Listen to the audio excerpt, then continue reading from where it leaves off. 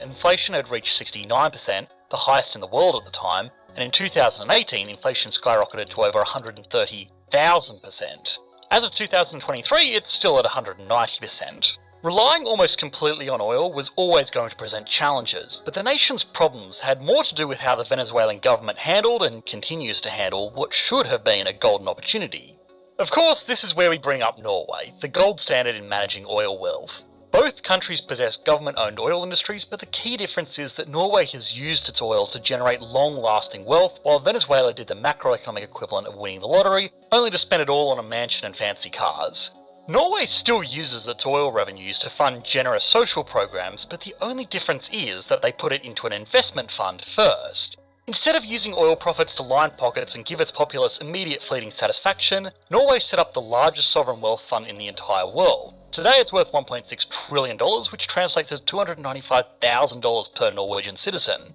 Norway also imposed a rule that any spending from the oil fund can only be as high as the expected return, known as Norway's 3% rule. This means that the country isn't technically spending their non-renewable oil revenues, they're actually spending their conservative investment returns. It also has restrictions where the fund can't invest in what the country sees as immoral, which ironically includes fossil fuels. Now, compare that to Venezuela. With no restrictions like the 3% rule, the Venezuelan government might have been able to give a lot of money back to the people in a short amount of time, but the cost of winning public and regional approval created a crippling deficit. Finally, choosing a personal wealth fund that only benefits a few unsavoury groups instead of a sovereign wealth fund that benefits everyone, long after the oil revenue dries up, creates an extremely unfair balance of wealth and power. That's really the cause of a lot of Venezuela's struggle: how power is distributed and how power is used. Both countries had similar aims when it came to handling the oil industry. They worked to use the resources to make the government rich while doing their best to set up systems that kept the people happy.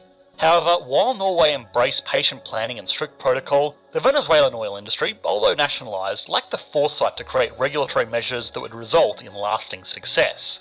So this begs the question, were these problems purely coming from within, or were there external forces pushing for its demise? Historically, Venezuela did fall into the trap of giving a bit too much power to Western corporations instead of seeking collaboration that trained their citizens to work independently, something that Norway observed all over the world, which encouraged them to keep foreign participants at an arm's length. But this only plays a small role in the economic crisis Venezuela faces today. Since 2005, the United States has imposed targeted sanctions on Venezuelan individuals and entities that have engaged in criminal, anti-democratic or corrupt practices in response to increased human rights abuses and corruption by the government in power since 2013. A prevalent and feasible argument is that the USA has pushed these sanctions on Venezuela over other countries because it's a major threat to its domestic oil industry. But the impact of these sanctions is merely a cherry on top of the mounting series of domestic failures that fall solely on the lap of Venezuelan governance. And there are a number of examples that can paint a better picture. For starters, the country has the worst property rights in the world, with assets often being seized with no compensation. This is terrifying to foreign companies that have mostly since pulled out of the country because even with all of that oil wealth, it's too risky to do business there. It's like getting gold from under smog. Sure, there is a lot of money to be made, but there are other safer places to get the same stuff. Now, it could extract its own oil, and it does have a state oil company, but even that kinda sucks because it's run out of smart people to actually run it. Brain drain doesn't even come close to describing the Venezuelan exodus. More than 6.1 million refugees and migrants have left Venezuela as a result of the political turmoil, socio-economic instability, and ongoing humanitarian crisis. Well-educated people have left the country because there are far better opportunities elsewhere that are less dependent on getting a cushy government job, where they could have their assets seized at any time, or be the victim of political or criminal violence. Either way, the government has been fumbling, and since it's lost a lot of its skilled workers and can't get international investment, it's struggling to even drill oil, the one lifeline it had. The country is now top of the misery index, crime is rampant, and inflation is amongst the highest in the world. The government desperately trying to hold on to power is only making things worse by doing things like invading Guyana after they discovered oil and running universally criticised elections. And without major changes, who in their right mind would want to live, work or invest in such a country? So is there any realistic way for Venezuela to turn its economy around?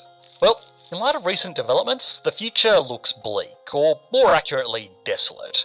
Recently, the government has made efforts to change the constitution, further stripping the rights of its citizenry from democratic collaboration.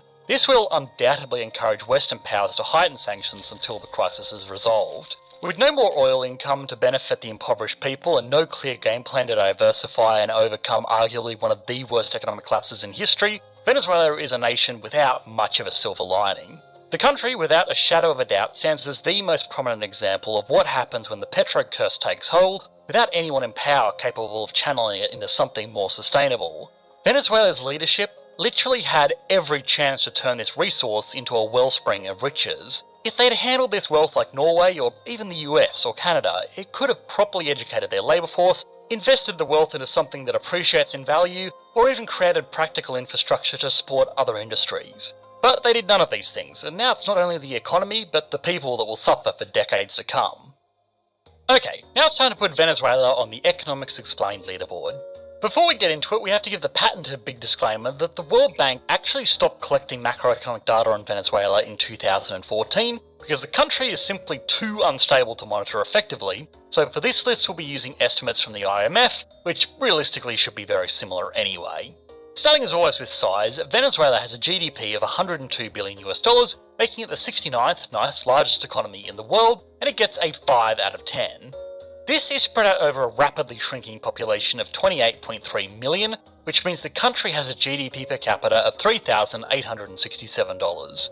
This is approximately a quarter of the global average in the most resource-rich country on the planet. This puts it in line with nations like Bolivia, Sri Lanka and Palestine. It gets a 2 out of 10. Stability and confidence is of course tragically bad. Between rampant corruption, squandered resources, the world's worst property rights, a mass population exodus, global sanctions, hostile posturing with its direct neighbour, hyperinflation, food insecurity, extremely high levels of criminal activity, and now one of the most condemned elections in modern history, it's not great. And it gets a 1 out of 10, only because it's not actively fighting a civil war yet. Growth has been one of the worst of any major economy in the world over the last decade. Since 2012, the country has lost over 80% of its economic output. It went from a middle-income global power to a desperately impoverished cautionary tale. It gets a 0 out of 10. Finally, industry. It has the world's largest oil reserves, but it doesn't have the industrial capacity to even pump it out of the ground in exchange for cash. One of the easiest money glitches ever, and it couldn't even enter the cheat code correctly. It also doesn't have other domestic industries because everything got crushed by the dominance of the oil industry until it itself got crushed by complete economic ineptitude. 0 out of 10. Altogether, that gives Venezuela an average score of 1.6 out of 10, putting it into equal last place with Lebanon, a significantly smaller economy that didn't have many of the advantages that Venezuela did.